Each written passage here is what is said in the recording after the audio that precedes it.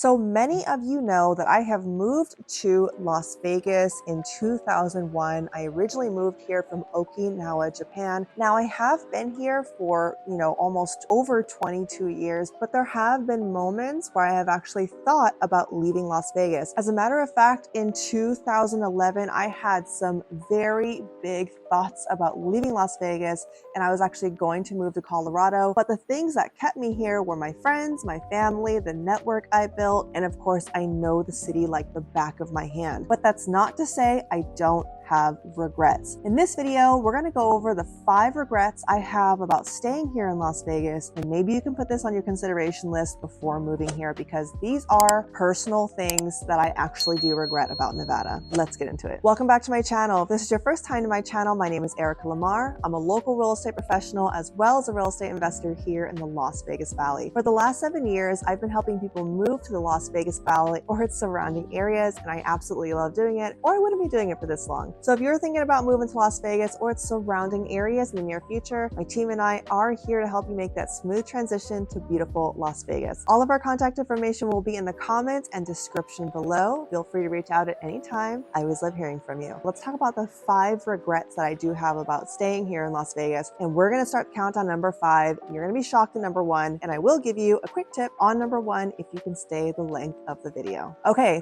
the number 5 reason why I regret staying here in Las Vegas is because prostitution is legal in Nevada. So Nevada is the only state in the country where prostitution is legal in some way, shape, or form. So Clark County is one of the counties where it's not legal, but out of all the counties, there's 7 counties total where prostitution is legal in some way, shape, or form. Now, like I said, Clark County is not one of them, but one county away, legal prostitution is still actively practiced. Now, I don't go out there. My husband definitely doesn't go out there, but the fact that I'm one day going to have to explain what a brothel is to my son makes me a bit uneasy. So that's why it's number 5. Number 4 is the cost of housing, and the cost of living is not what it used to be. I do remember back when I was 18 or 19 years old, apartments to rent one was quite literally $875. That was my rent. Now, the average rent right now for an apartment is, if you're looking at a 3-bedroom apartment, is about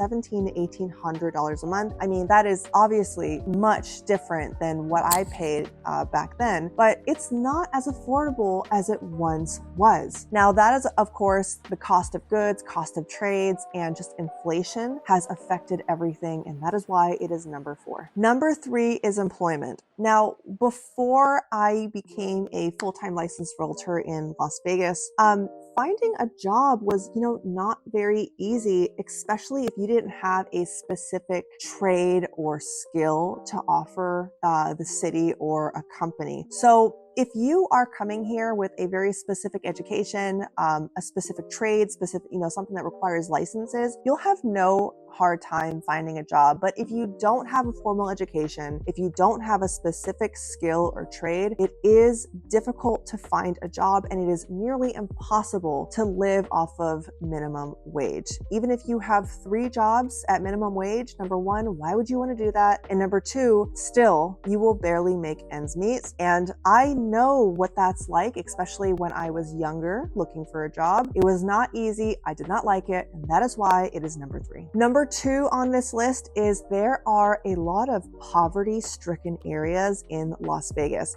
Now, I'm going to give you some facts. Now, Nevada actually has a higher poverty rate national compared to some of the other states. Now, just to give you some numbers so you can get an idea, so Nevada has a poverty rate of 14.9%. That is almost 15% of the population lives in poverty. Now, that puts us at 16.41% above the national average. Now, if you look at our neighboring state, which is Utah, they have one of the lowest poverty rates. Their poverty rate is sitting at 8.6%. Now, that is 32.81% above the national average. Now, if you were to ask me personally, why do I think Nevada's poverty rate is so high? I am really going to tie it to the fact that we have some very poor education. Now, when you have people who are generally very educated, if there's just educational facilities are very accessible, you generally know that there's more resources. The fact that Nevada has one of the lowest ratings in the country for education, I should say specifically just public education, I do believe that's a leaning factor. Utah, on the other hand, has some of the best educational sources, which is why I believe that puts them at the higher ranking of having the lowest poverty rating in the nation. And number one on my list is there are a lot of HOAs here. So I think this one resonates with me most because I own multiple properties and they're all in HOAs. Now, the reason why I like to purchase properties in an HOA is because it does maintain the order and the integrity of the community. So it does keep it looking nice. However, there are some HOAs that are absolute tyrants and will try to bend the law and tell you what to do and just go way above and beyond to make your life a little bit more miserable. Now, however, there are ways to know what an HOA can and cannot do, and I'm actually going to give you a fun fact. So there is an NRS, which is the Nevada Revised Statutes law. It is 116.2111, section 2C, subsection 3, that does state an